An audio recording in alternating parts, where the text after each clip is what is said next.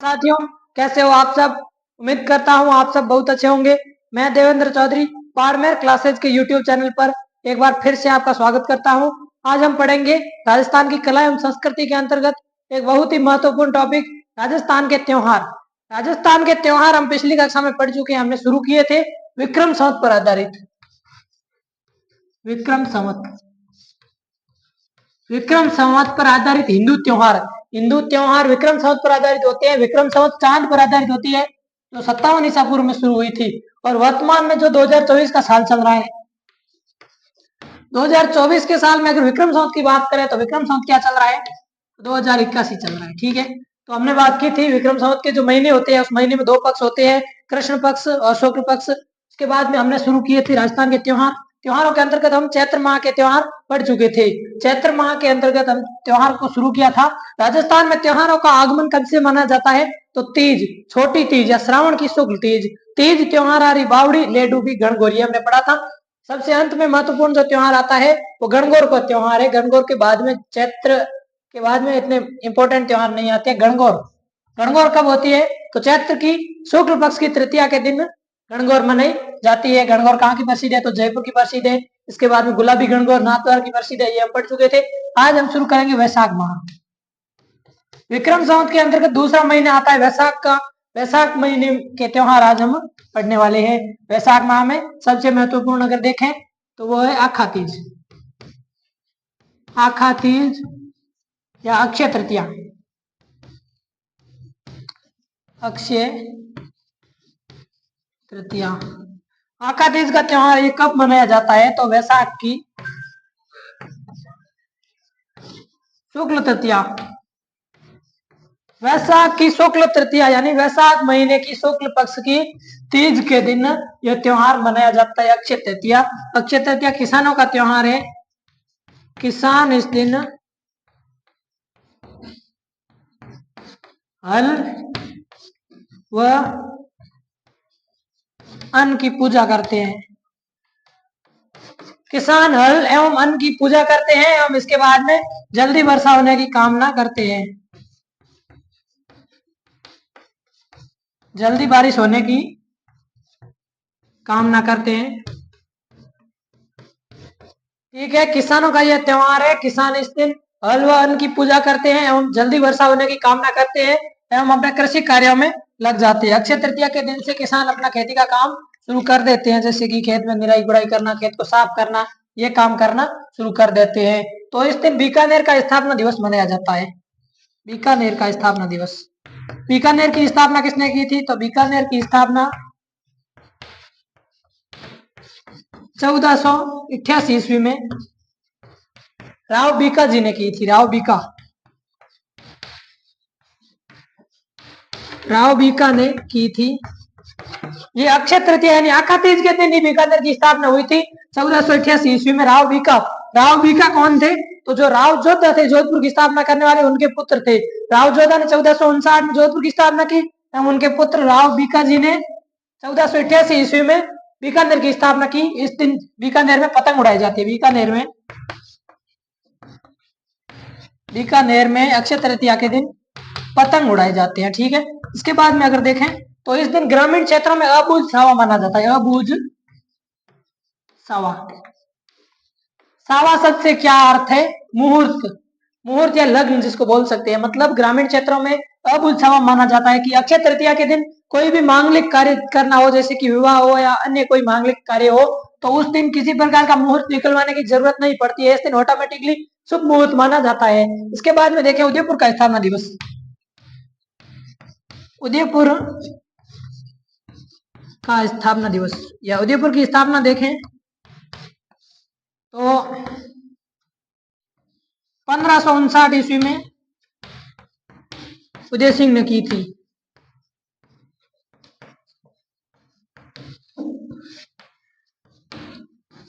उदयपुर की स्थापना भी अक्षय तृतीया के दिन ही हुई, इसलिए उदयपुर एवं बीकानेर दोनों रियासतों का स्थापना दिवस है ये वैशाख की शुक्ल पक्ष की तृतीया यानी अक्षय तृतीया के दिन मनाया जाता है। इस दिन परशुराम की जयंती भी मनाई जाती है।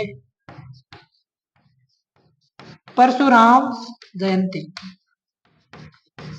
ठीक है, तो हम पढ़ चुके हैं वैशाख की शुक्ल पक्ष की तृतीया यानी अक्षय तृतीया या आखा तीज। आखा तीज, इस दिन परशुराम की जयंती भी मनाई जाती है। ये किसानों का त्योहार है। किसान इस दिन हल हल जो खेती करने का जो उपकरण होता है, हल एवं अन्न की पूजा करते हैं। जो अन्न ये खेती करते हैं, अन्न बोते हैं, तो अन्न की पूजा करते हैं एवं जल्दी बारिश होने की कामना करते हैं। अपने कृषि कार्यों में जुट जाते हैं। बीकानेर में इस दिन पतंग उड़ाए जाते हैं। क्यों उड़ाए जाते हैं? क्योंकि बीकानेर का स्थापना दिवस है एवं उदयपुर का स्थापना दिवस भी इसी दिन है। ठीक है, उदयपुर की स्थापना 1559 ईस्वी में महाराणा उदय सिंह जी ने की।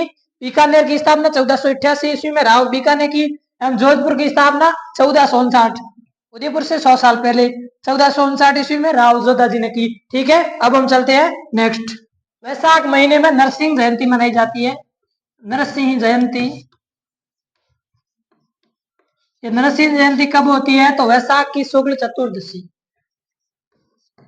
वैशाख शुक्ल चतुर्दशी। ठीक है, इस दिन अजमेर में लालिया कालिया मेला भरता है। अजमेर में लालिया कालिया मेला भरता है। ये क्वेश्चन आपसे पूछा जा सकता है कि लालिया कालिया मेला कहाँ भरता है, तो आप क्या उत्तर करोगे कि लालिया कालिया मेला अजमेर में भरता है। कब भरता है? तो वैशाख की शुक्ल चतुर्दशी या नरसिंह जयंती के दिन। इसके बाद में एक मलू का स्वांग मेला भरता है। मलू का स्वांग मेला, ये मलू का स्वांग मेला कहाँ भरता है? तो ये भरता है सारंगपुर में। सारंगपुर कहाँ है? पाली में। सारंगपुर पाली में। ये भी इसी दिन ही भरता है, वैशाख की शुक्ल चतुर्दशी के दिन। इसके बाद में देखें तो सिरोही में गौर लीला का आयोजन होता है।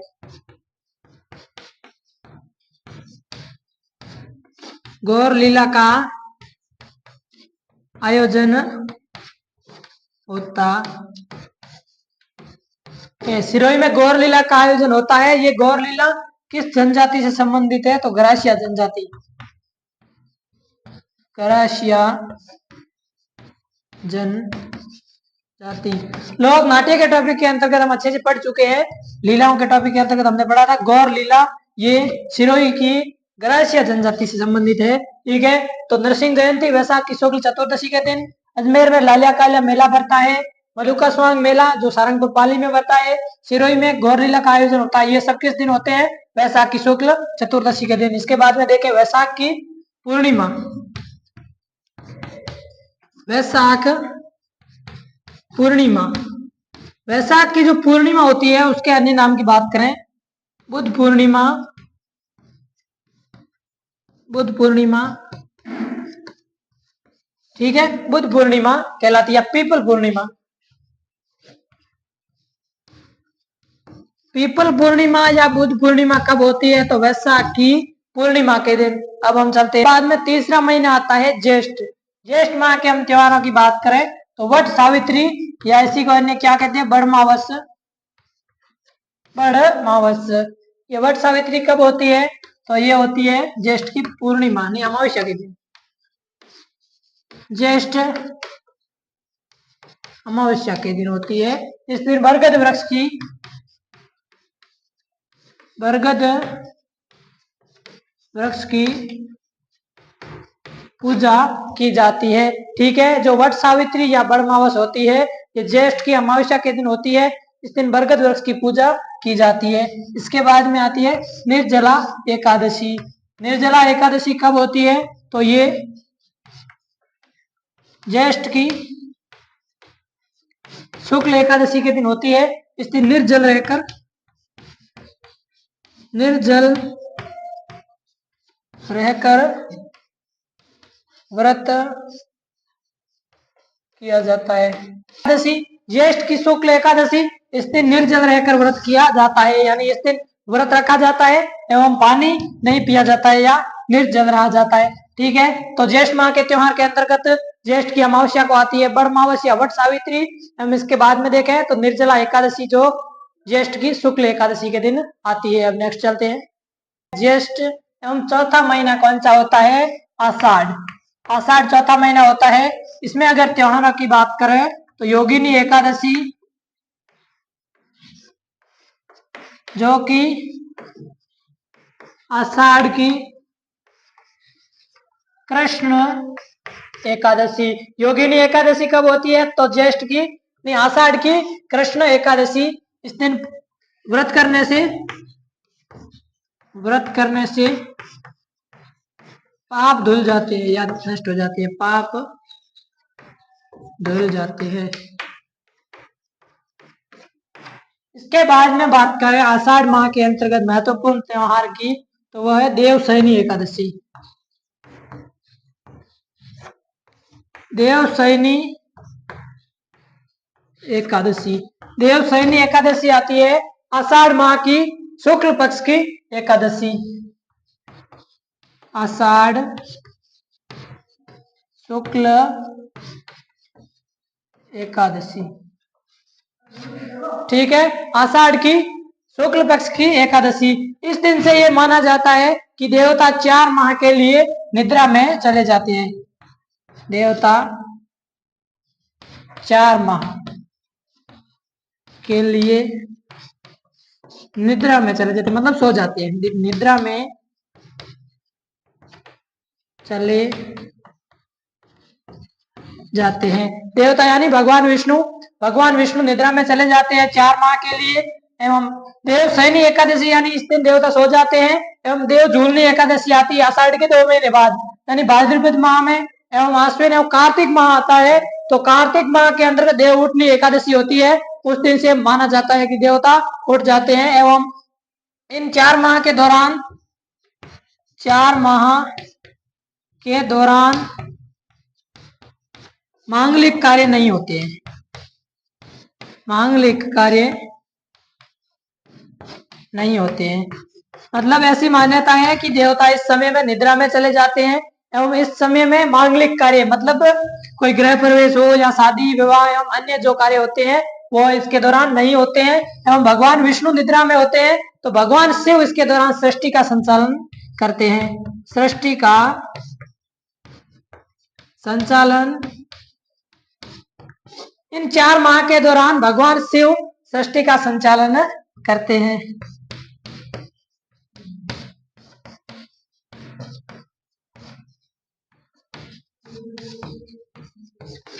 भगवान शिव इन 4 माह के दौरान सृष्टि का संचालन करते हैं, ठीक है। तो आषाढ़ माह के अंतर्गत देवशयनी एकादशी, देवशयनी एकादशी आषाढ़ की शुक्ल पक्ष की एकादशी। इस दिन देवता 4 माह के लिए निद्रा में चले जाते हैं, यानी भगवान विष्णु इन 4 माह के दौरान निद्रा में चले जाते हैं। एवं देव झूलनी एकादशी आती है भाद्रपद की शुक्ल एकादशी। इसके बाद में देव उठनी एकादशी आती है, वो होती है कार्तिक माह की शुक्ल पक्ष की एकादशी। इन 4 माह के दौरान कोई विवाह आदि कार्य संपन्न नहीं होते। आषाढ़ माह के अंतर्गत एक और त्योहार आता है भरलिया नवमी। ये भरलिया नवमी आती है आषाढ़ की शुक्ल नवमी के दिन। एवं इसकी जो पूर्णिमा होती है आषाढ़ माह की, पूर्णिमा को गुरु पूर्णिमा के रूप में मनाया जाता है। गुरु पूर्णिमा या व्यास पूर्णिमा या कोकिल पूर्णिमा। गुरु पूर्णिमा, व्यास पूर्णिमा या कोकिल पूर्णिमा, ये आषाढ़ माह की पूर्णिमा को कहा जाता है, ठीक है। बरलिया नवमी कब आती है? तो आषाढ़ की शुक्ल नवमी के दिन आती है। एवं देव जो शयनी एकादशी है ये आषाढ़ की शुक्ल एकादशी के दिन होती है, ठीक है। तो गुरु पूर्णिमा होती है, इस दिन गुरु पूजन का विशेष महत्व होता है। इस दिन गुरु पूजन का विशेष महत्व होता है। ये आती है अपने आषाढ़ माह की पूर्णिमा के दिन। इसके बाद में हम पढ़ेंगे श्रावण माह के त्योहार। अब हम देखेंगे श्रावण माह के त्योहार। श्रावण माह के त्योहार, श्रावण माह 5वें नंबर पर आता है विक्रम संवत के अनुसार। श्रावण माह के त्योहार सबसे पहले इसमें देखेंगे सावन के सोमवार। श्रावण माह के अंतर्गत जो सोमवार होते हैं उस दिन शिव की पूजा की जाती है एवं शिव जी के जो मंदिर होते हैं वहाँ एक मेले सा माहौल होता है। इस सोमवार को सुखिया सोमवार भी या वन सोमवार या सुखिया सोमवार कहा जाता है। ठीक है, जो श्रावण के सोमवार, श्रावण माह में जो सोमवार होते हैं उस दिन भगवान शिव का व्रत रखा जाता है एवं शिव की पूजा की जाती है। उसके बाद में आती है नाग पंचमी। नाग पंचमी श्रावण की कृष्ण पंचमी के दिन, इस दिन नाग की पूजा की जाती है।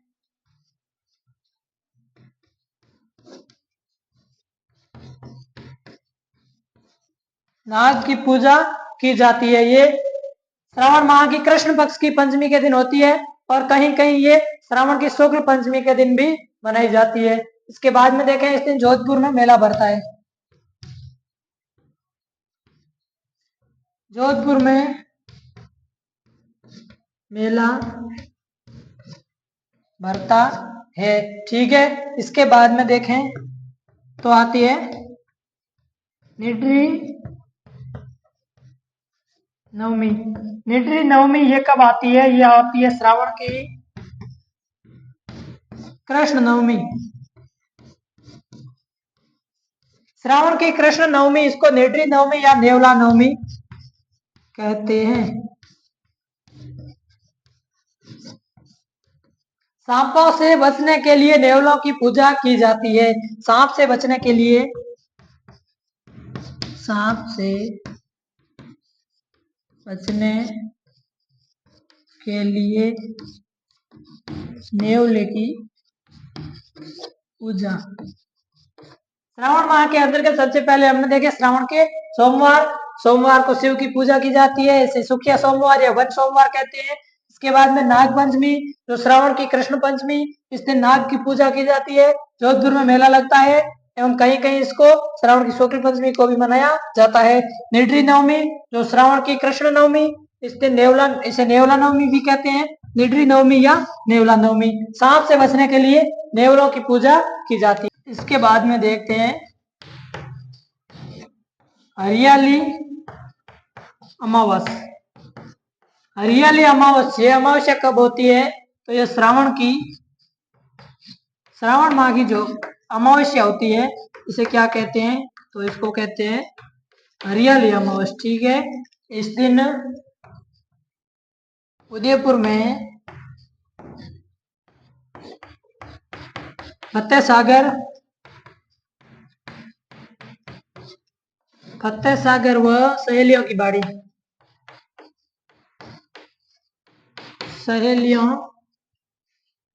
बाड़ी पर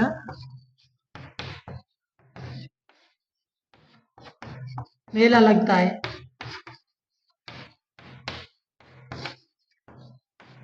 ठीक है, जो हरियाली अमावस होती है ये कब होती है? तो श्रावण अमावस्या को। और अगर आपसे परीक्षा में ये पूछा जाए कि उदयपुर में फतेह सागर व सहेलियों की बाड़ी पर मेला कब लगता है, तो आप उत्तर दोगे श्रावण की अमावस्या या हरियाली अमावस के दिन। इस दिन खीर मालपुए का भोजन बनाया जाता है। खीर एवं मालपुए का भोजन बनाकर ब्राह्मणों को भोजन करवाया जाता है।